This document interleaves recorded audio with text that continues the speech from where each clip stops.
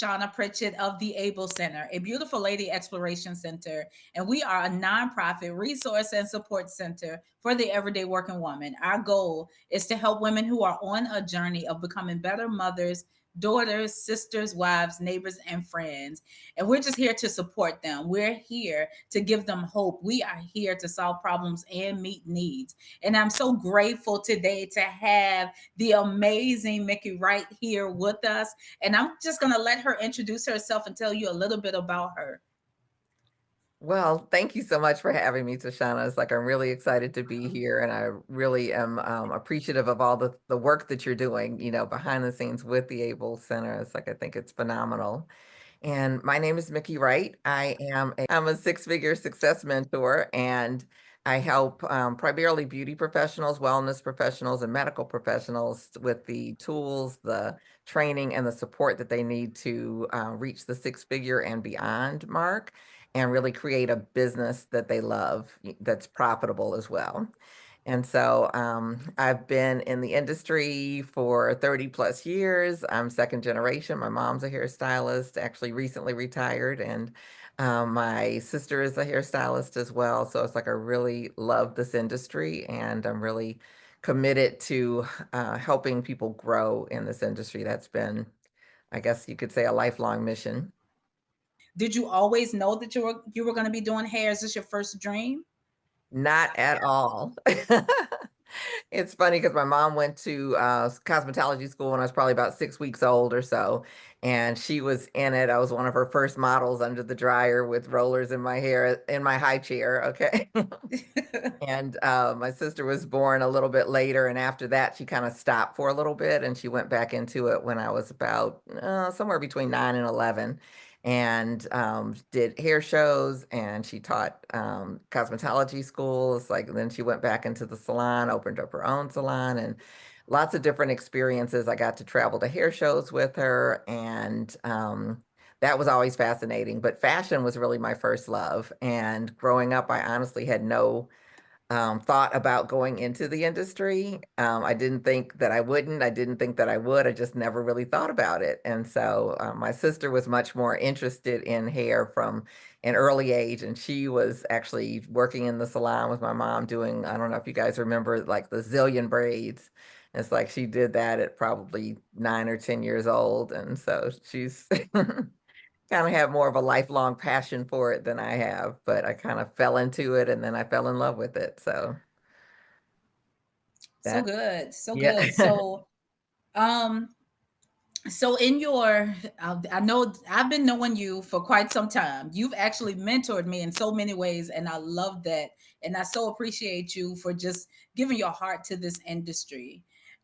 So in your time in the industry, and I don't care how far you want to go back, or if it's closer to now, we're gonna talk about how you've transitioned to different areas throughout this interview. But I just want to hear like some of your highs and some of your lows when it comes to being behind the chair. Okay, okay. Well, it's like I've definitely had a long and interesting career behind the chair, and it's like I've also done quite a few other things along with being behind the chair. So I told you that I fell in love with it, and then I fell into it, and then I fell in love with it. And I'm from Detroit, and that's where my mom and my sister were, and I was living in Houston, Texas, and working and going to school, and got into cosmetology school and decided that I wanted to start my career in the Washington, D.C. area. So I literally took my test one day in Texas and moved to D.C. the next day. So it's a little crazy, but no, friends, family, and all the things you have to build from. But I took my time. I knew I wanted to find a great salon to work in. I knew I wanted to be a salon owner. I knew I wasn't ready to be a salon owner. And I wanted someone to help me kind of guide through the process, in addition to my mom, but she wasn't right there. But of course, she was my first mentor and, a big bonus and plus in my life, in terms of the business. But when I got into it, I struggled. I was not making enough. I was not building up fast enough to like pay my bills. And I actually got home one day and there was a notice on my door that if I didn't pay my rent, they were going to put me out. And when I opened the mail, it was saying, they're going to come get my car if I didn't pay them. And so I'm like, oh my gosh, I've got to give up my dream and go and get kind of quote unquote real job and go and get a 9 to 5. And that's what I did. But when I told my owner, and it's like he was a really great owner, I was really glad I started there and took my time and found that place. But he offered that I could work part-time until I could get back in full-time. So I was like, oh, wow, that'll be great. And so I figured, okay, that'll take about a year. And in reality, it ended up only taking about 6 months. And I was in the salon full time, had a full clientele, and I've spent a lot of my career sharing that with others that it doesn't have to take forever to be, booked. And so from there, it's like I was there several years. It's like I moved to another salon and the Kelly Harem, which was a great experience. We just actually had a big reunion to honor Mrs. Kelly. She and her husband founded the company, and it was just an excellent. Both places were excellent, and I have lifelong friends from both. And anyway, learned more. And then another year later, I opened up my first salon. That was great and exciting. And then about a year later, I got an offer and they said, we want to buy this space. We want to buy your salon. And it was like, I'm not planning on going anywhere. But they kept upping the offer. And so I was like, okay, I'm gonna sell. So it's like I sold the salon and actually worked from two salons, which was a little crazy. But it worked out well for a while. Went back to the Kelly Harem and then several years later, it's like I was actually doing platform artistry during that time. I was doing competitions during that time. I was doing photo shoots during that time. I grew and had a great loyal clientele, which was great. As I transitioned to these different places, they followed me. So thank you, God, for that. And at the Kelly Harem, I was an artistic or educational director.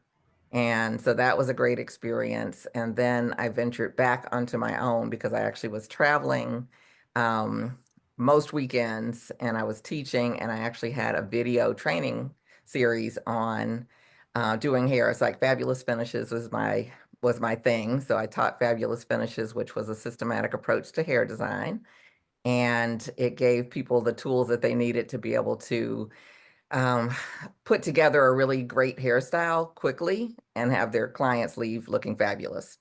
And so that was all of the pieces that I would teach on the weekends. And then I would get orders for my videos. And so I'd be in the salon all day and then I'd go home and I'd address, we were mailing everything out and do all of that, run by the post office on the way to work. And I was like, if I just had a space and a receptionist that could do those things, I could actually go home at night. And so that was what I did. I opened a small salon, and myself and my assistant she was just about to get her license. And it was the two of us, and it wasn't the two of us for long because people were like, oh, we want to work with you. We want to work with you. And so it grew, and then we outgrew the space. And so some lows. I've told you about the struggles in the beginning. It's like finding a new space, those kind of things with, like where are you gonna land? Because we were really like overcrowded, which was a great problem to have, but it was definitely a problem. And I wasn't sure that I wanted to go into the commitment of a bigger space. So you've got lots of bills and lots of things, and your name is the one on the check. And so I was like, I don't know. So anyway, we did end up doing an expansion. And because we sat down and had focus groups and had surveys about what we were doing, what, was working really well, but we wanted to make sure if we were going to expand to see if people would support spa services. And so I was actually one of the first African American owners of a full service salon and day spa in the country. And with that, it's like we had a phenomenal team. It's like, and we were one of the 200 fastest growing salons in the country for not just once, but for 3 consecutive years. So we had a lot of growth really quickly, and it was, learning a lot, putting together business pieces, policies, procedures, systems in place so that it could function well, take care of our guests, and have them leaving and looking and feeling fabulous. And with the spa, we actually got exposure from Well, before the spots, like we actually got exposure for our salon in the Washington, D.C. area. That was where I was based. And we were in Washingtonian Magazine. We were featured in the Washington Post, and we got featured in Essence Magazine. And we literally had people flying across the country to come to our spa. So it was really quite an honor, but that was a little bit like right on the edge of when computers were starting, in the World Wide Web, as we called it back then, we're starting. And I had a friend who was like, "You really need to get a website. You really need to have a website." And I was like, "Yeah, we'll get there." But then the Essence article hit, and it was literally, we were flooded with calls from all across the country. And we had to fax, we had brochures, we would fax our brochure to them, and we literally had team members that stayed overnight just to keep faxing people. We had so many requests. So it was it was kind of one of those, be careful what you wish for. That's right. This is so good. I love it. I have taken so many notes. This is so amazing. So your highs and your lows, actually, I've learned a lot from both. And I just want to ask a few questions in Sure. there. Um, in the beginning, like when you first started talking about it, the first thing that came to my mind was being a risk taker. Like Hmm. you really have to be a risk taker in this industry. You got your license and then you moved to a whole nother place, away from your mentor. Like you had a mentor, your mentor was your mom, but you moved away Yeah. and started fresh. And that right there was being a risk taker, as well as you went through a struggle. Like your Hmm. struggle was at risk because you could have said, "Oh, forget this, I'm going back home," Right. but you didn't. You kept going, and then you have a long history behind all of that that says the risk was worth it. Hmm. So, can you talk a little bit about being a risk taker to new coming stylists now? Yeah, the thing I would say is a lot of times we're given something. We're given a vision. We're given, an intuition that, this is the direction for us to go. And sometimes we talk to other people and they weren't given that vision. And so it is about you trusting yourself. And trust me, when I was first starting those first 6 months of my career, I was in tears a lot of days. And it's like my mentor that I work with, Sally, and Judith, who was the receptionist, the two of them really like, okay, it's like, no, you're not, because I was like, do I have any talent? Is this what I'm supposed to be doing? It's like it was very much a struggle those first several months. And I'm grateful, to have had mentors and to have, just people who care. My mom, Sally would give me clients that he couldn't take. And oh my gosh, I don't know if they set out to intimidate me or not, but it's like I was like shaking with the roller in my hand. And they're like, well, he doesn't do it that way. I was like, oh, I don't know how he does it.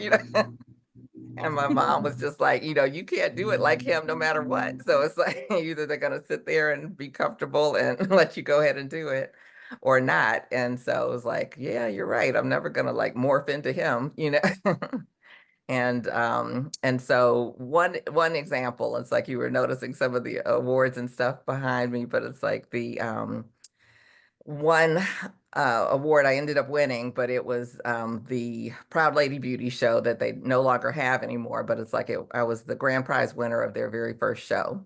And with that, I wanted to look, good. I was a finalist to begin with. And so I wanted to look, extra special. So I actually had this outfit made that was leopard print. And it's like I had a jacket, with the big shoulders and fringe and all of this. And I had a skirt matching with the fringe and a little top. It wasn't a tank top, but it's like it had a little midriff, which is like not going to happen anymore. But it was very cute at the time. And at the time, I was wearing my hair, so it was kind of curly. I don't know if I had a curl or if I was wearing my natural curl pattern or what have you, just relaxed out. But anyway, I was like, this hair doesn't go with the outfit. So I did probably my first weave, and I did like a kind of short pixie. So it would be straight with the outfit. And then when I was there in the outfit, with the hair look or what have you, I was like, how cool would it be if I made hair to match this outfit? And I was like, I'm gonna do it. And so when I got back, I was like, I'm gonna make some leopard print hair. And people were like, what? you're gonna do, I can't, like, they couldn't picture it. They couldn't, there was like nothing there for people. And it was just like these blank stares, like, what? And so anyway, I was like, I'm doing it. And so one of my friends helped me, she helped me with doing a template and that type of thing. And there have been several times where I could visualize things, and people have said, even like my teachers when I was in cosmetology school, it's like, no, you can't do that. And I was like, no, I think I can. And I think those are key words for me too. It's like I could do that. Not that I can do it now. I need some more training. I need to see something different. I need, whatever it is, but it's like I could do it. There was that possibility. And so those have been kind of keywords for me. But with the hair, anyway, I did create the hair look and it came out great. And when I saw one of the images, because we were film and the big negatives and that type of thing where you get to, or slides, I guess, to submit to the publications and things like that. And when I saw one, I was like, this shot belongs on the cover of Shop Talk, which was one of the big magazines at the time. And so I sent them a letter and said, this shot belongs on the cover of your magazine. And so they called me when they got it and they're like, oh, we really like it. And it's good. We're going to use it inside, but we're not going to use it on the cover. So I was like, okay, cool. That'll be my first, publication or what have you. And then they were like, no, it got pushed back, so it's not going to run. So I was like, okay. And then they called me back and said, we're going to use your image on the cover. And like, you know how you want to scream, but you can't scream into the phone. I was like, Right. so it was one of those moments where I had to stay like, oh, well, thank you, and get off and do a I love. So all of that is an example of being a risk taker. Like even taking that photo, I mean, making your hair like the outfit, that's a risk. And then taking right, a picture and submitting it, that's a risk. Like they didn't right, even ask for it. You was like, right. no, this is where this picture needs to be. I love that. It's also positive self-affirmation, Hmm. like you have been like your own motivation. You Hmm. tell yourself, no, this is where I need to be. I know who I am. I know what I'm supposed to do. I love that. So through being a risk taker, even having a mentor and then going through the struggle, you maintain a positive attitude and you just knew hair is the goal and I'm supposed to do this. Is there anything that you can tell our new upcoming stylists, even those who are still in it and trying to maintain? How were you able to, even because you talked about your struggle, like Hmm. bills and stuff? Sometimes people look at bills and they like, I need a real job, as you said earlier, and Hmm. they're not thinking I'm gonna work here part-time. They giving Hmm. up. And I've Hmm. seen people give up and they go Right. into a whole nother industry and they just completely forget about hair. Is there something that you can speak today to those people in helping them to maintain that positive self affirmation Hmm. and Yeah. to stick And with their goals? yeah, what I would say is it's not easy. It's not always easy. And one thing, is my faith, and one thing is like I feel like we're co-creators, with God. And it's like I feel like sometimes that I had more tenacity when I was younger than I have now, that, life kind of knocks you around and throws you up against the wall. And so I would say that you're the person that knows, what is gonna, kind of feed your spirit. And if you don't know, that becomes kind of your job, because we're sent here to know, but the world kind of talks us out of it, that we shouldn't believe in ourselves, that we shouldn't trust ourselves. And one thing I will share, because I help people with pricing, and I went through my struggles and I got back into the salon, and I had some decisions to make along the way as far as like how much I was going to charge for services. The salon I started with was a more high-end salon, which was on purpose. So I definitely say choose where you are going to work specifically for your first job very wisely. Know what you want, know what you need to get in those next, that first 1 to 3 to 5 years. I knew I needed training. I knew I needed, it's like I was good in school. I was one of the top stylists, but when I got to DC, it was like, whoa, they turning out some heads in here. I am not to that level yet. And it's like, I had to build up the confidence and to be able to work with people. And there's so many skill sets you have to learn when you're first starting out that where you start can kind of make or break your career. It will set the trajectory for your career. And so with Sally's, there were mostly men that worked there. There were three females, including myself. And one of the things that I saw was that a lot of the men charged more than the women.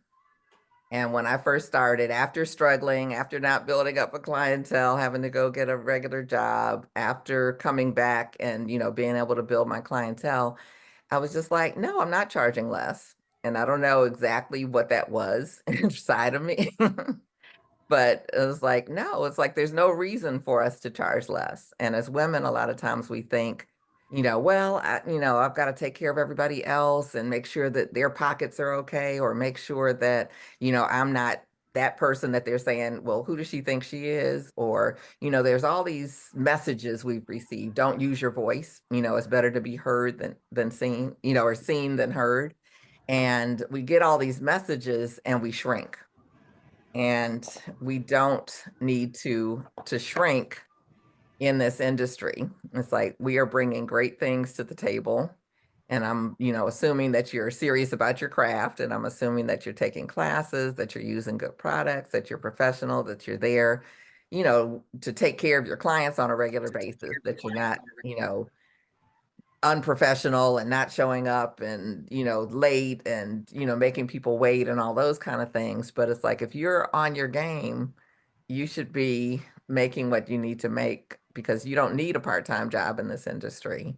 And I know that right now a lot of people are in suites, and a lot of people are doing one, two, sometimes even three part-time jobs to kind of make things work. But there's enough in this industry to have a very comfortable lifestyle, and you don't have to work 10, 12, 15 hours a day to make it happen. That's good. That's good. So I took a lot from all of that as well. But the thing that's very, very high in conversation right now, that's really heavy on my heart, is really seeing a lot of our new stylists going into suites. And they're going into suites with a mindset of, I'm going to own my own, and I'm going to set my own schedule, and I'm going to do my own thing. And a lot of them are going in without mentorship, and they're going in without experience, and they're going in with a mindset of, this is mine, and I am the boss. And I know one thing that I learned early on is that while I'm self-employed, I'm not the boss. um I'm not in total control of everything, you Hmm. know and you really have to have a passion for people as well. And we're not learning customer service, we're not learning compassion. There's so many things that's being missed while people are going into these suites. Hmm. What can you say to these people who are in these suites? There's high turnover. I know, quite a few people in my organization that own suites, Hmm. and the turnover is not as low as you would think it Right. would be. But and the older, more seasoned stylists, they tend to stay longer. But it's the newer ones Hmm. that are just in and out quicker. Right. What is it that you can say to those stylists who are going into these suites that would help them to know, like, what the process is when you come out of school? Hmm. Yeah, I think there's so much I could say for sure, Yeah. because Yeah. it's definitely a challenge, I think, in a lot of ways to our industry right now. And one thing is, just in general, that, everyone wants to be a boss until it's time to pay the cost. And it's like there's quite a few costs that Come are on. involved, and not just the rent on a weekly basis. It's like, and when you Hmm. talk about things like you do it because you can set your own hours, right? But it's like set business hours. Those are your hours. Be at work when you have set those hours. Don't be running to the mall. It's like, oh, I don't have a client, I'm going to run out. Oh, this. Work on your business if you're not busy enough. And that's for wherever you work. But it's like definitely setting business hours. I start at this time each day. I get off at this time each day. and let that be your schedule and you commit to it because it's like the first person you have to be the boss of is you. And sometimes that is the hardest thing in the world is to be That's the boss real. of you, which is why I'm really big on accountability. Who's Mm-hmm. making sure you're staying accountable to yourself. Mm-hmm. And the next thing is like before you enter a suite, you really need to have a full clientele and be able to have some money set aside for deposits, like a month or two of rent would be ideal. And I know we're not always in ideal situations, but it's like when you go in behind the gun because you barely have a clientele, you've got this week's rent, but you're not quite sure about next week. It's like you got to hustle, hustle, hustle, and things don't always work the way we want them to work. It's like Murphy's Law can get in there and life can get in there. And if you haven't kind of set a foundation for yourself to succeed, like set yourself up for success, a lot of times that's where the stumble comes from.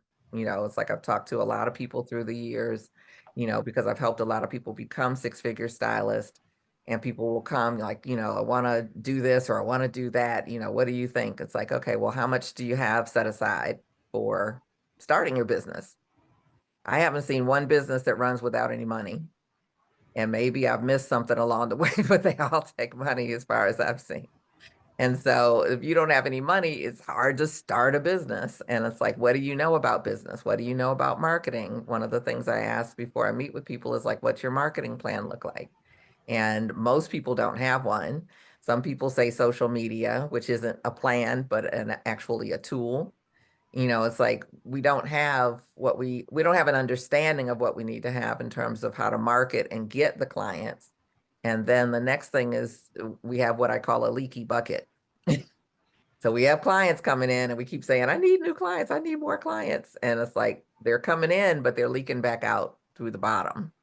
And so we got to get control of the leaks before we even start doing any more, finding more clients. Why are they not coming back? Why are they, leaving? And years ago, I heard a statistic for the industry and I was like, whoa, that out of every 10 clients that go to a new salon, 7 of them never return. And I just find that like unbelievable. How do you have a business and 70% of your business walks out the door? And it's like those numbers should be flipped. 7 out of 10 people should be staying with your business. And the reality is, it's like we don't really need that many people to be busy. It's like if you have people that come once a month, and you've got 4 weeks in the month, you do say 20 clients a week, that's 80 clients that you need. And of course, not everybody's going to stay on the schedule you might like them to stay on, but say you need 150 people. Are there 150 people around you? It's like I say, everybody you need to fill your business is right now, as we speak, 3 to 5 miles away from your business right now, but they just don't know you're there. That's right. That's good. That is so good. So I agree with everything that you said. So you talked about marketing, and you talked about social media being a tool, which is so hard to explain to the newcomers. It's only a tool, and if that tool shuts down, Yeah, where's your plan? right. So we've seen over the last few months that social media is not reliable. Mhm, So with Facebook, having its moments of shutdown, and Instagram having its moments of glitches, and then mhm. TikTok actually went off for a day and people lost their minds. Um, Right, so like it's only a tool. Your right, tool is not your marketing plan. right. Um, and your people, your service that you provide is in-person service, which means that your marketing should be more in person rather than Mm, virtual. And mhm. I don't think people still believe in in-person marketing. Right, right. But people love to talk to people, and people love, to know, like, they want to know. Although we got this whole, YouTube thing where people go on YouTube and try to find all their answers, there still Mhm, are a lot of clients who want to know about their own hair from a professional. So mhm, if we are giving them the time to be able to speak to them, those mhm, are the clients who are going to come to your chair, who's going to, pay for a consultation. And if they're treated right, they're going to come back. Mhm. And if they're having good service, good customer service while they're there, good conversation, a nice space, they're going to keep coming back.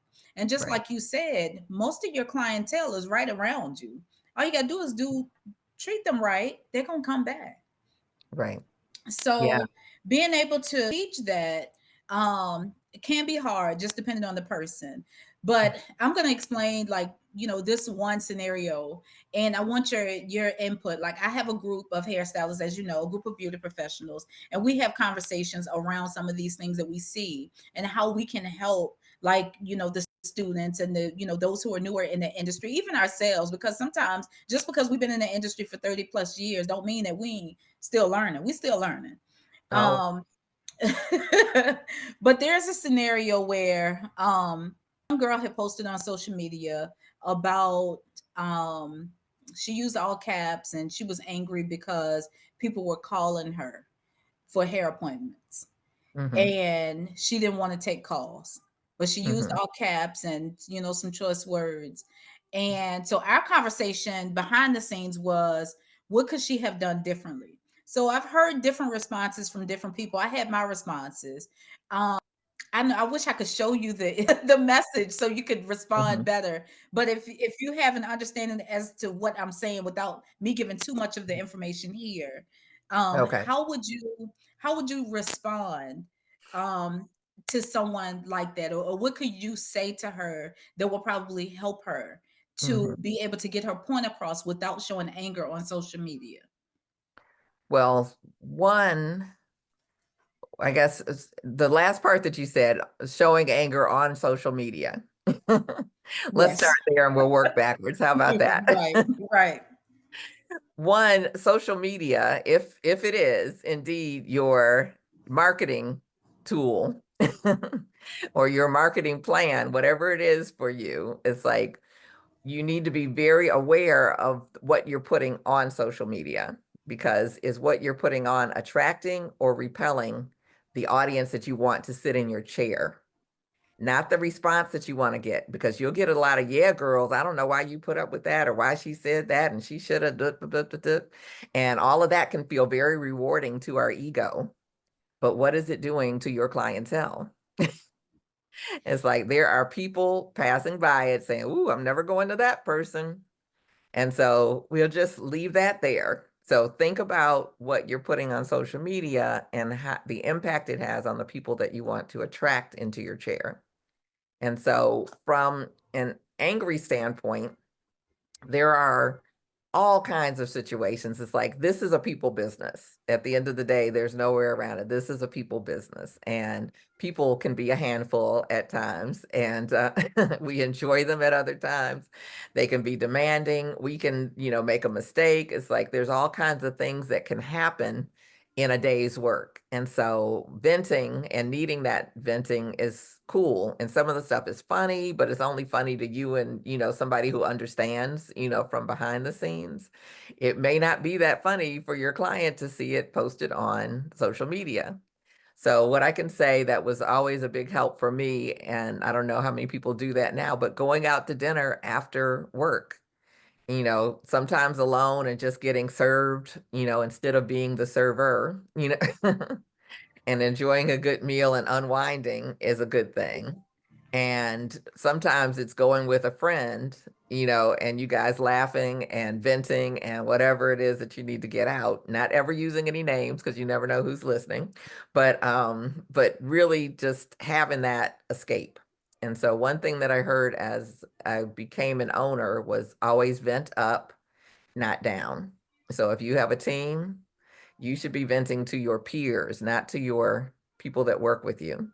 And the same as a stylist, it's like, don't vent down to your clients. Vent to someone who can understand or who may have some better understanding. And the last thing I'll say is just that it is a people business, and we have to keep developing as people. And it's like we all are working on our inner stuff kind of all the time. But it's like once you get centered and you understand that clients are not your friends, that you have boundaries that you set and keep for your business, it's like life gets so much easier and so much better. And as far as not wanting to take calls, um, I would say get over it because it's like, asking people how they want to contact you or how they want you to contact them is a little bit, I mean, we don't have to bend and have 80 different ways to take payments because I don't think that that's a good thing. You've got to have some parameters around your business. But if there are people who are calling you, picking up the phone, taking time out of their day with some money in their other hand to say, or want to bring it over to you, it might be good to maybe get an answering service. It might be good to have a message on your voicemail that says, it's like, I'm with clients, until X time or whatever, and I will return calls then. Or you can feel free to text me, or you can book on my booking app. But it's like, if you want me to talk to you, I'll talk to you. It's like, yes. But a lot of the younger people haven't developed communication skills. And so that is a missing piece, not only in terms of that example, but just in general. Mickey, I have taken down so many notes. This is so amazing. Okay. Okay, boundaries. Boundaries are Mhm. very, very important. Um, Communication skills, very important. Um, Being served instead of being the server. Take time to be served instead of being the server, and Yes. vent up and never vent down. Like those were all great nuggets. I absolutely love every bit of it. Um okay, so oh my god, I could go deeper into all of those. We won't because it's so many more things I want to talk about, but that was great. Um Okay, so now let's talk about pivoting because you've pivoted quite a bit. So when you moved from one direction to another, you stayed within the beauty industry. So was there something that said I need to move here, or was there something that said that okay, I'm just done with behind the chair. I'm tired. I want to do this no more. I made my mark. Like give me some insight and then we'll go deeper in. Yeah, well, definitely, I have taken breaks from the industry, so I can definitely say that. In When I had my salon, I guess in the late 90s, it's like, and I was, traveling and I was teaching and I was on stage every weekend, and it was just a lot. And I was getting messages from God to to move in some other directions, but I never got clear on like, okay, well, what's the next direction? And one of the things that I discovered was that a lot of my identity was tied to what I do. And I think that that is very common for us. It's like, so who would Mickey be if I wasn't, behind the chair? Who would Mickey be if I wasn't on stage? Who would Mickey be if I wasn't teaching? And I really had to kind of work through a lot of those pieces. And so instead of getting out of it, it's like that's when we got deeper into it and expanded and did the salon and day spa and all of that. And in I don't remember exactly when, but it's like I was interviewed specifically by the Washington Post, and they interviewed some other parts of our team as well. But I remember, it's like our tagline was, pampering is not a luxury, it's a necessity, with our Fabulous Finishes salon and day spa. And I remember as those words were coming out of my mouth, and it's like, really taking care of Black women. And it's like, we had a really safe environment. It wasn't like a lot of spas that people go to, and you're like the only one that looks like you in there, and you're Mhm. not sure if you should, X, Y, or Z. And it was a very comfortable, very receptive area for people to just be and be taken care of. But I realized that when I was saying it, that I was like the most stressed out person at that time. Trying to keep up with everything, and that there were other things that I wanted in my life, with marriage and kids and all those kind of things. And that I wanted to make some new decisions. And so I was looking at, our lease will be up in, I think like 2 years or year and a half or something like that. So would I sign it? And I was like, nope, I don't think I'm going to sign it. So then do I want to spend these next couple years doing this? And it was like, no, I don't think I want to do the whole couple years or whatever. And so I started making plans to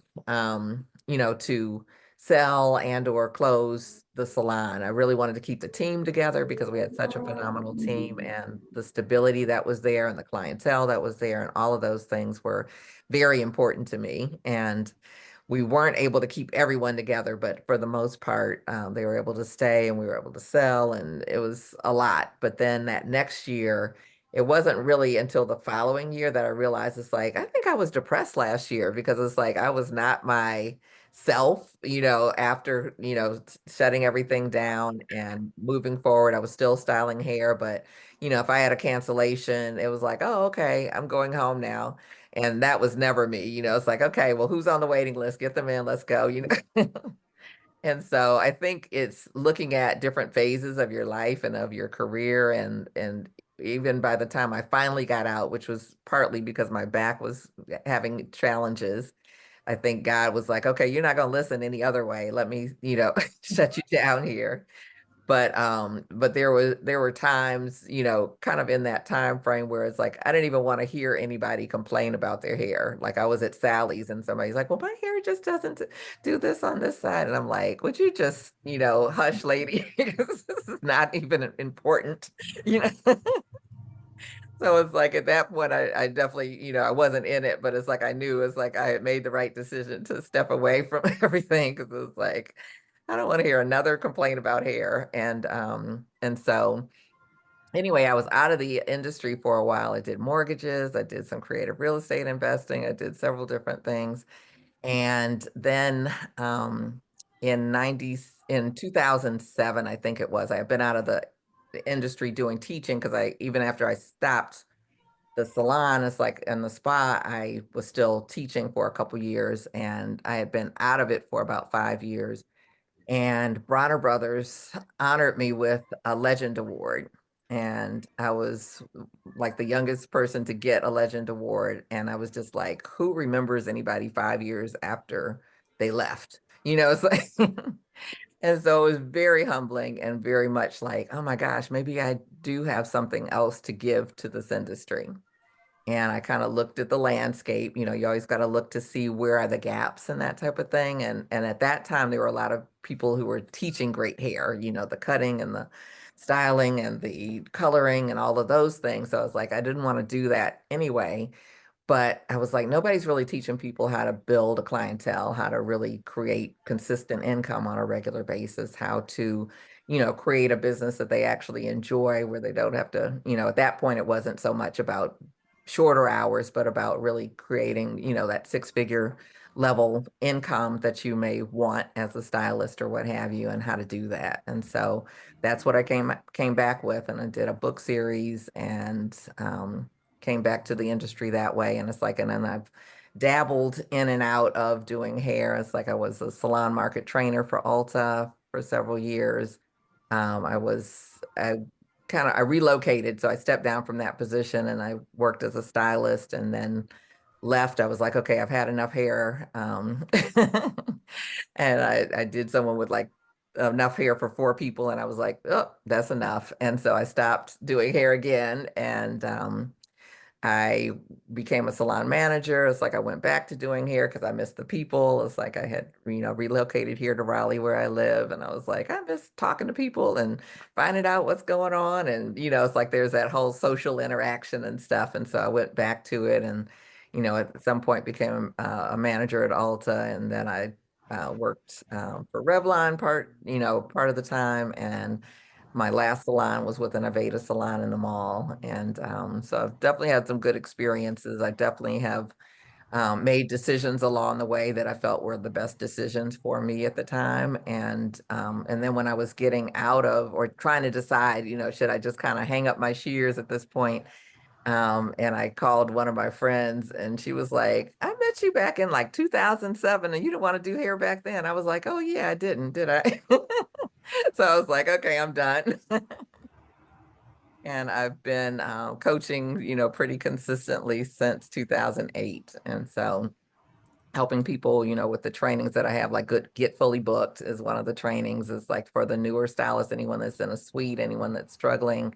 And I include, an ebook as a bonus that's Get More Clients, Make More Money Fast, that actually can help you. It's a specific promotion designed to get you clients right away, and it works. And so, if anyone is interested in that, and then I work with people who are more experienced in the industry who may be thinking, oh my God, it's time to throw in the towel, or, or maybe I need to get a different job or a part-time job or whatever. It's like I help you transition with mainly with your pricing, with the way that you're seeing yourself, with building your confidence, all of those types of things to move more into luxury styling or a luxury business and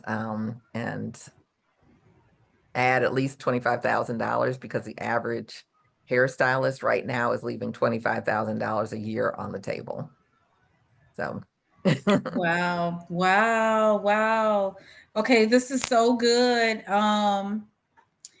And I have been blessed by your coaching and I really appreciate it. But I love it. So there's limitless possibilities in this industry. hmm It's limitless. There's right. so many things that you can transition to without even leaving your love. Like it's a love hmm for beauty, a love for hair, a love for meeting people where they are and watching people grow and watching people hmm step into this beauty, that it's almost unexplainable what we see as the stylist on the other Right. side. But watching people go from level to level, hmm and watching people start one way and end another, like, watching that and having relationships and the conversations that we have and all of that. As you've said, you missed that part along the way. hmm um Right. Amazing, amazing. I know exactly what you're talking about with all of it, but it's limitless possibilities. Like, as long as you have the right person or the right coaching, the right mentorship around you, you can't mess hmm up.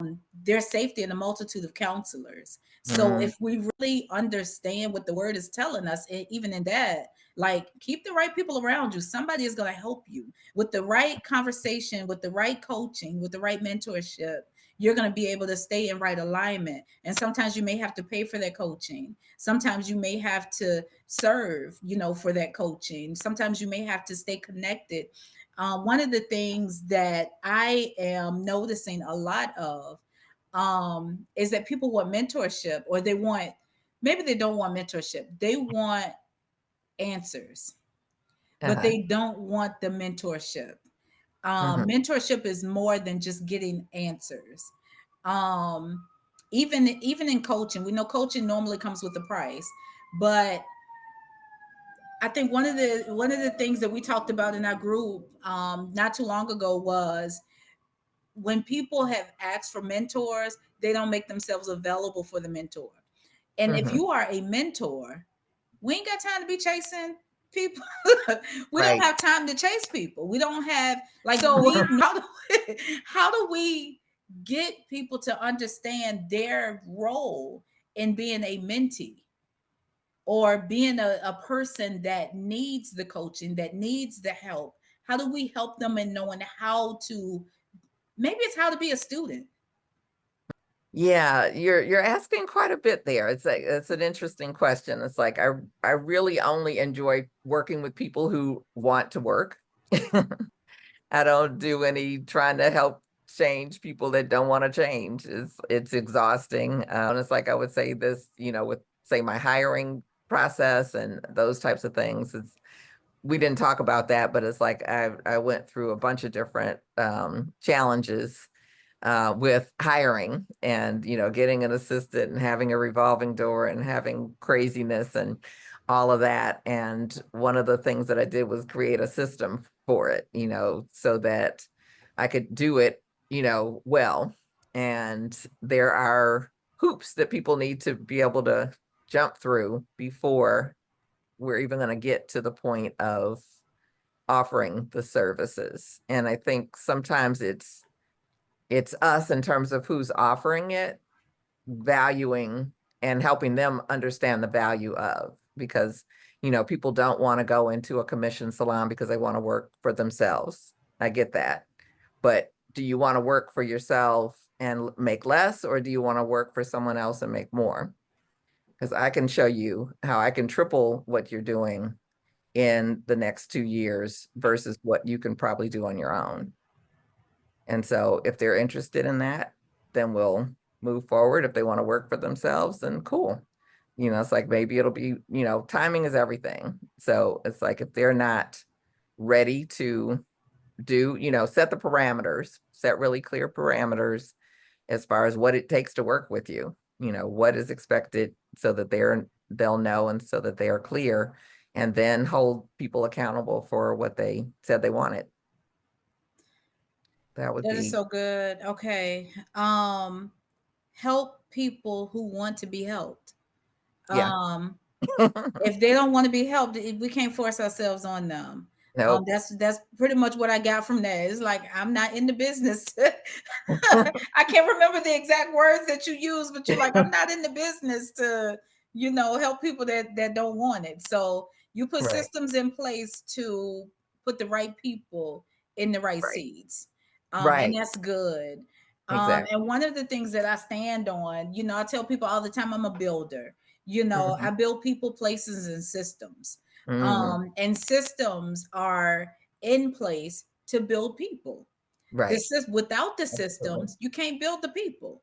Yep. Without the systems, you can't build the business. Without Right. systems, you don't know what you're doing. You can't even track what you got going on. Right. So, there's a lot of people who want answers, but they don't want to do the work. So, there's a lot of work that you've mentioned, even in this interview, that people don't understand. It takes, like, for you to pivot, it takes work.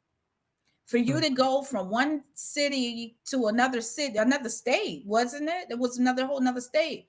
That Couple takes work. states. That Yeah. takes work. From moving, selling your salon, that takes work. Ain't nobody gonna buy no salon that's not worth it. So obviously you had some work put in, you Hmm. know, Right. um, to manage a full business, that takes work. Hmm. Managing people takes work. Absolutely. Launching programs takes work. Releasing books takes work. You have workbooks and everything. I got some. You know, Okay. Yay. it all takes work. So, in all of what we do, although it looks glamorous, people love the makeup, the hair, the clothes, the fashion, the Right. hanging out and being around certain circles and things like that. But what happens when all of that is done? I remember you mentioned something about when you don't have clients, don't hang out at the mall. Mhm. Well, that was one of the things that a lot of people did. They made some money. First thing they did was went to the mall to get prepared for what's going to happen this weekend, Right. and not really thinking about the future. So, what time is it? We've been on. I didn't even realize we were on this long. This is we've been having fun. I love it. But in all of what we have talked about and what we're talking about right now, work. Hmm. What is the thing that makes you stay focused on the work? And I how can we help, those who are watching with making sure that they stay focused on the work? I think it's the results. I think it's the results. And then I think at first it was a lot of the excitement. Like people, I'll just share, like when I would go to hair shows as a student, one, they had soft sheen. Soft sheen was really hot and popping at that time. And we had one educator in that area. And I was at every class that they went to, like on the front row. And the educator finally asked me, he's like, "Are you stalking me?" And I was like, "Yes." I'm gonna be at every whatever you have coming up, I'm gonna be there too. So it's like, yep, I'm stalking you. And other shows, you go and you see this haircut or whatever, and it's like, I'm like, okay, I just have to grab somebody off the street and do this haircut because it was just like, okay, I got to do it. I don't know, I don't have a friend or a whatever that I thought I could call or what have you to do that. It's like, okay, would you like a free haircut today? It's like, come on in, let's just, do it. I was just excited, it's like, maybe it's a mannequin, but it's like, you want to do it on human people. And then, it's like the mistakes, the failures, all the different stuff is, to be learned from. And I guess recently I saw a picture of it was my first bob on curly hair. And in school, it's like we learned on straight hair, and they were like, okay, section and pull that hair down and hold it with the tension and, do your cut and all of that. That thing came out the strongest wedge you ever wanted to see. It went boing. No bob in sight. You couldn't pull that thing back down. Nobody told me about shrinkage. It was like, so it's like, I bet you I know how to cut some curly hair, It's like, and That's so, good. Those mistakes will make you an expert, won't it? okay. I tell you, mistakes will make you an expert. Exactly. So we can't be Exactly. afraid. Like we have to go in, like you said earlier with faith, and Hmm. understanding that our faith is what's going to keep us grounded, Hmm. and going to Right. keep us going forward. Right. And then just having a heart for what you're doing and being serious about your craft. Yeah. So going to the classes, what you just mentioned, is going to the class, and I'm trying to go in and sit on the front row, and I don't care how many times I take this class, I need to get this work, and Hmm. I need to learn it, and I need to be great at it. That's the Hmm. mindset that we want all students to have. But just like you said, if you're not results minded, you're not Hmm. going to go in as a student, Hmm. because some people think they're the teacher already, Hmm. and if you're not if you're not careful with how you make your money, you won't even steward well. But when you go in with the mindset of future, and we're gonna grow this, and I'm gonna learn, the best, that I can, so that I can increase, and then I can Hmm. help others to increase. So along the Right. journey, we're growing ourselves and we're helping others to grow. So as you've grown, and I know you were mentoring years ago. I can't remember what year it was that I sat down with you, but Hmm. like that was some years ago. But now you're on another level. It's not just mentorship, it's actually coaching. Like, Hmm. you've consulted businesses, but you're coaching people, and you have teaching programs, and you have classes and workshops and all types of stuff in your journey of becoming, from behind the chair, owning salons, um, doing, platform artistry, setting up teams. Like you can't do platform without a team. You can't Hmm. do, like, in all of what you do, you have to build relationships. Can we talk Hmm. about the relationships that are being built along the way, and talk about Absolutely. how teams are being set up? Yeah. Well, relationships, I feel like I don't know exactly what to say here because it's like recently it's like we just lost a friend of mine who was a work, colleague, and I'm so sorry. all of us are like family. And so it was really devastating to hear, and like I'm still trying to process that it's actually even real, but um each place that I've worked I have family from. It's like we are friends, we are family, and we still have these long-standing relationships. It's like with my own salon, it's like I'm in like communication with almost everybody that was there. That we have, I have my two salon daughters from that experience, and all of these other people are going to try to plan a reunion this year.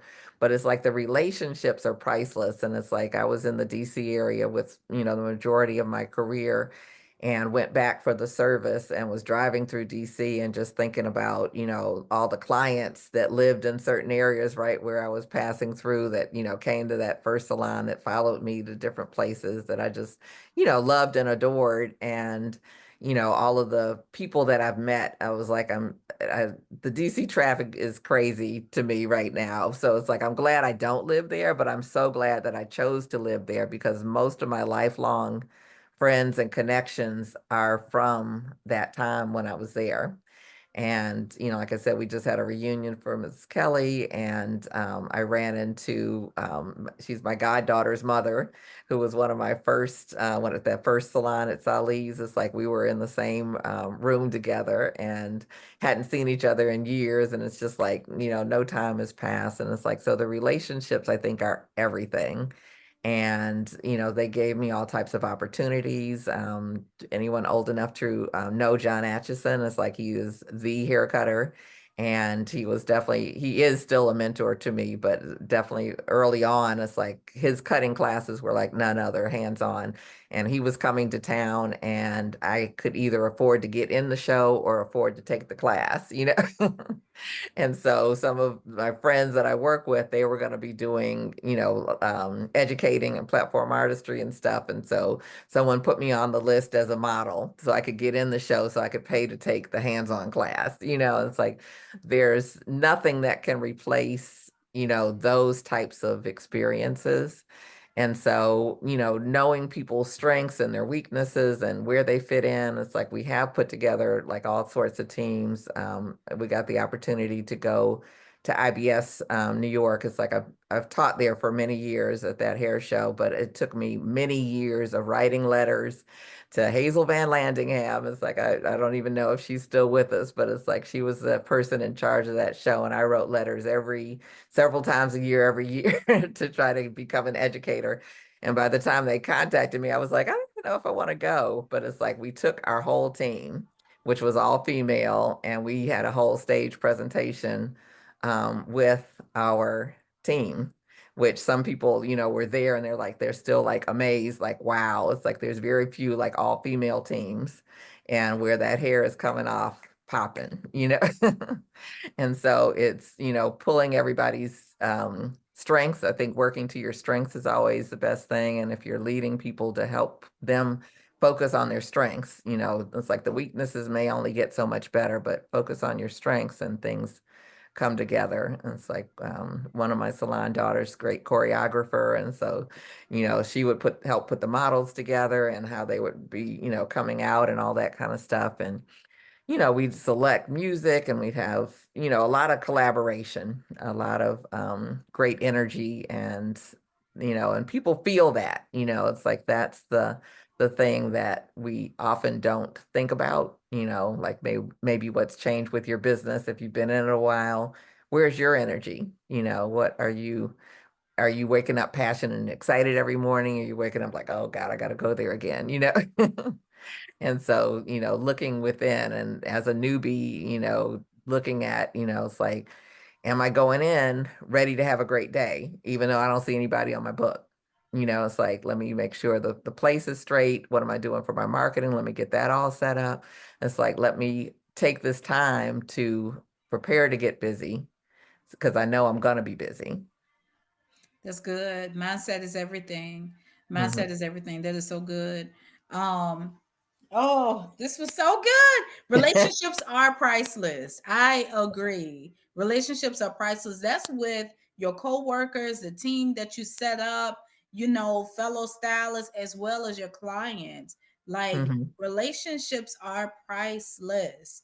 So even going back to the one message that we saw about, the girl that got upset about the phone calls and things, like Hmm. once she gets in and she realizes how beautiful these relationships are, she's probably going to change her mind. Hmm. Right now, she's new to it, probably getting frustrated by, the abundance of phone calls. But if we can help people to see that abundance of phone calls is actually a benefit. That's what we want. We want our phone We ringing, want our right? phone ringing. When the phone is not ringing, that's when Right. you should be concerned. Right. So, That's when you you should be know, all caps. come on. And I don't understand. Like this is me. Like I don't understand. When I'm working, I don't want to stop and text nobody. Hmm. I'd rather for my phone to ring, even if I can't get to the phone, let it go to voicemail, so that when I'm listening, I can listen to a voicemail rather than I can answering a bunch of text Okay. message. Hmm. So as I can have my phone on speaker while the voicemails are running, and I can be writing my notes and cleaning the salon at the same Right. time. You know, I can't do that with a text message. Text message, I have to respond via text, so I can't do nothing else at the same time. I guess Right. I learned differently. I learned how to, do multiple things at one time. So this whole Yeah. text messaging era is like new to me, and I'm still trying to learn it. So people who choose text over calls, I'm like, that's weird to me. But to each his own. Yeah. Um, With text, I would say don't do consultations by text. If it's Come more than a on. couple lines, then they need to come in or I do a agree. virtual consultation.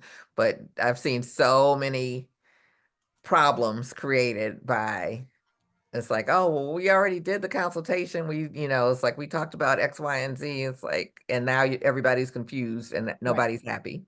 Right. And so, Right. So much confusion can happen because you can't even tell tone by text message. right, So, but right. you can tell tone by a phone call, and Hmm. you can be able to calm people down in a different way by a phone call, too. So, so good, so good. This is just amazing. I'm sorry to hear about the loss. Yeah, So yeah. sorry.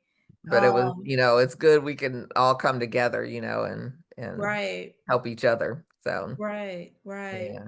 That is so good. And I know you've built quite a few relationships over the years. I've seen you at quite a few hair shows and and it's been amazing to see.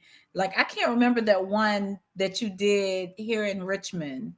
Hmm. Um, but you brought quite a few educators, instructors in, Oh, and it my was symposium. beautiful. Yes, it Yeah. was beautiful. Well, thank you. That was absolutely amazing. So I've watched you over the years do quite a few things and just pivot and go from from thing to thing, service to service, state to state, people to people, like I've watched you do different things, and everything that do, I've seen you do it with so much grace. Yeah, well, thank you. I And it appreciate has that. been amazing to see. I've seen you start your own, and I've seen you support others, and you've done it all with so much grace. Well, thank Um, you. so it's been absolutely amazing. And with your coaching program, we're going to share your information because I believe that that's something that we need to make sure that we showcase because people need to know about it and people Hmm. need to connect with it. Um, and although I do some of the same stuff, I don't have everything that you have. So we want to share, what Yeah. Yeah. And you do collaborate. It's so like, that, yeah. yeah, absolutely, absolutely. If there's any way that we can collaborate, I think if we can get to a place of helping people to understand the importance of collaboration, Hmm. because we can't do nothing alone, Right. nothing alone. Yeah. And if we can bring our gifts and our talents together, we will be able to make such a mark in the world that'll help so many more. And I believe that we can solve some of the problems that we see, in the market today, if we can just come together and really try to solve problems and meet the needs of the people. Um, but we can talk about that. But all of these notes, like I got a whole bunch of notes. I got a whole bunch of notes, and this is great. We're gonna share this video. And before we finish up, you talked Mhm. about in one of your moments of pivoting, you talked about you didn't know it until the next year though that you were probably depressed. Mhm. Yeah. Can we talk a little bit about that? Because I think some people don't even realize what we go through in seasons of working for the public. So can we Yeah. talk about that? Yeah. Yeah. I was kind of just walking through each day, you know, not, it's like I'm usually like focused and I got a plan. I want to do this, I want to do that. And it was just like, oh, okay, I've got some clients today. Let me get up and go to work. And then, like I said, if somebody cancels, it's like, oh, okay, I'll go home early. Like no problem. I was just kind of going through the motion, if you will. And that was not my norm. And so it was kind of toward the end of the year, really when I looked at how much I earned, because it's like I didn't earn that much. I don't think I actually earned enough to cover the expenses that I had. And I was like, how God steps in sometimes. It's like, I don't know how everything got taken care of because I was not, I was not focusing on taking care of everything. And when I was like, wow, that's what I made. I could, it's like I think I was just kind of wandering through. So that was my thought process. And it's like, and I had when I left the salon, it's like I left with some debt that was beyond, what I sold it for. And so then I had debt that I didn't have a business to pay for the debt. And so it was really just me, and I wasn't even focused on that first year. And so, of course, some challenges were created in that area. And it's like, so, I had some more opportunities to learn and grow and learning about, getting out of debt and being able to do it while you still take care of yourself. And, so many different lessons and things that I've gone through that I teach from, but I don't always share all of the behind the behind story that is like, okay, this is why I'm trying to share this with you. So, I can help you if possible, avoid bumping your head in this way. You're going to bump your head one way or another, but it's like avoid all the ones you can. That's right. That is so good because we hear about all of the glamour. They see the glamour and they hear about all of the great stories and all the good things that happen.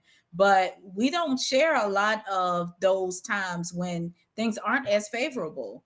And Right. as we're managing through life and different things come up, like you had a death, that you have to grieve through that. And there's different things that happen. So depression came, pivoting comes, and missing your family and missing loved ones, and you missing the way things were, and things like that happen. But we don't always talk about those things to some of our newer stylists. So when those things happen and they haven't had that level of experience, first thing they want to do is give up. Hmm. Right. But you know we've been able to endure and to keep pushing, and everybody doesn't know. I'm gonna give a shameless plug. I'm writing a book. Well, I wrote a book, and the book will be launched in the next few weeks. It's called How to Show Up When the World is Trying to Knock You Down. But Mm. in the process of running business and living life, and being a mother, daughter, sister, wife, neighbor, and friend, and all of this, business owner, and all of this stuff, how do you manage? How do you keep going? How do you keep showing up? When you feel like all of these things are happening. So we may have the challenges in relationships, may have the challenges in money, may have the challenges in business, and it's going to come. But how do you overcome? How do you Mm. endure? How do you keep going? So I answer some of those questions in that book. But can you, and we'll close out after this, can Mhm. you help from your standpoint of how how do you show up every day for yourself? So I think two things are coming to mind. So one is I've just recently been looking like, why has what I've been teaching been so effective through different changes in the world and all of the different things. And, I've helped people become six-figure stylists for more than 10 years. And the stuff still works. And it's based on principles. It's not tactics. It's not, just do this or do that. It's built on principles. And one of the things from my own life experience is that I used to think like, okay, well, if I just get this part right, that the angels would come out and I get a halo and it'd be like, and if I could just get this together. And so what I have come to realize, and you were talking about challenges coming up or what have you, it's like that is the promise that God gave us. There will be trials and tribulations. It's not, maybe, or if you don't do this, you won't get any, or if you do this, you won't get any. It's like, no, there is a promise that we are gonna have trials and tribulations. And it was looking at my best friend's mom, and it's like she was a great person and really a giving person and really had a beautiful life and has a beautiful family. Their family's like my other family. And looking at her and knowing like she's been through some stuff, in all these years, and even toward her later years, some things that happened. And it is not that we get to escape, the trials and tribulations. It is not that we're going to get a halo if we get something right, the angels are not going to come out and sing, but it is us having the capacity to develop the grace to get through it gracefully. That's it. That's it. That's beautiful. Hmm. And This is good. And then in all things, like you mentioned, how the Bible says that we will have tribulation, and it does. Mhm.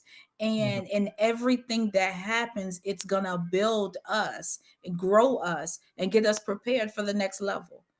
Character. Oh, good. Amen. Amen. And we need, Lord have mercy, we need character.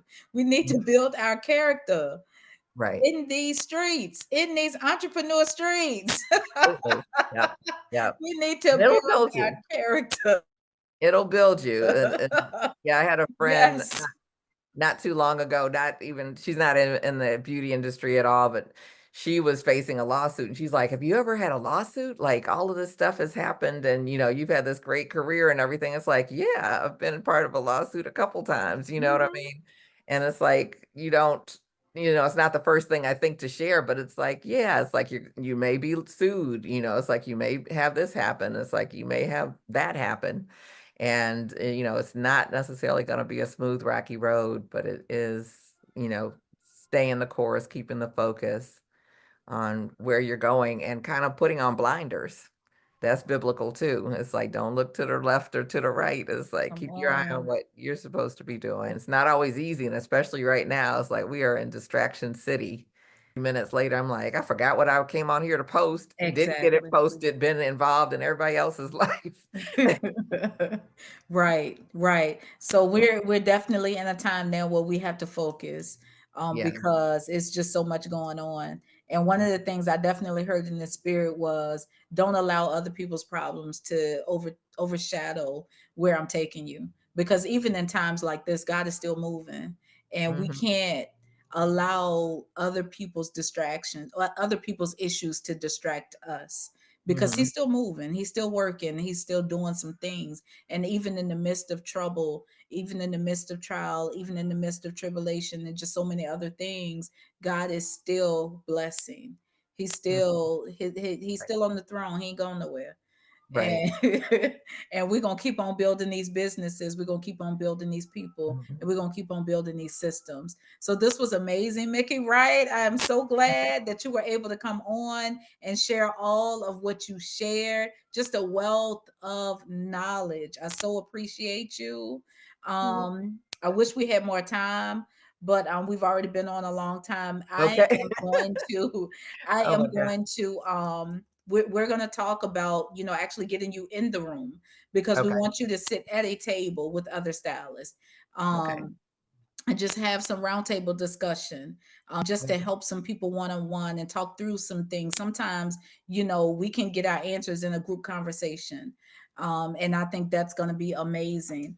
So, again, I thank you. I appreciate everything. And if you could, right before we close out, just share how we can reach you, how the mhm. people can get in contact with you. Okay, and, can I share, like, a quick success story that I'm super Yes, yes, excited about? please, please. Okay. So I just got a message yesterday from one of my students, who's a stylist salon owner, and she started with me a little, like a year ago, basically. And she just sent me her totals from last week. She had over a $3,000 week, and she worked Wow. 3 days and went home at a reasonable time. She did not spend the whole